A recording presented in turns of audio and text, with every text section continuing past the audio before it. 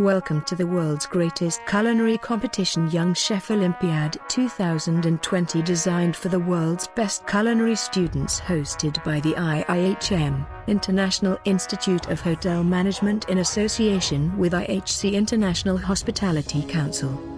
60 participating countries were divided into 6 groups at the official draw held at House of Lords. The opening ceremony will take place on 28th of January. All groups will be competing in the first 2 rounds in Delhi, Pune, Goa and Bangalore.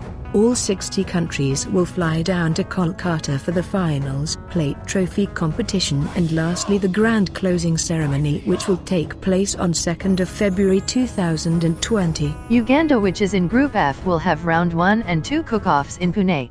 I am Namagembe Hajarah from the Culinary School Uganda, and I'm excited to be part of the Young Chef Olympiad competitions. This is an opportunity for me to get the exposure that comes with the competition and the chance to express myself.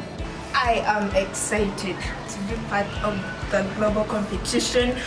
My family is excited, my colleagues, everyone is excited. I'm very, very excited. This is my first time to board a plane. I'm having a passport, oh my god. I'm coming to India.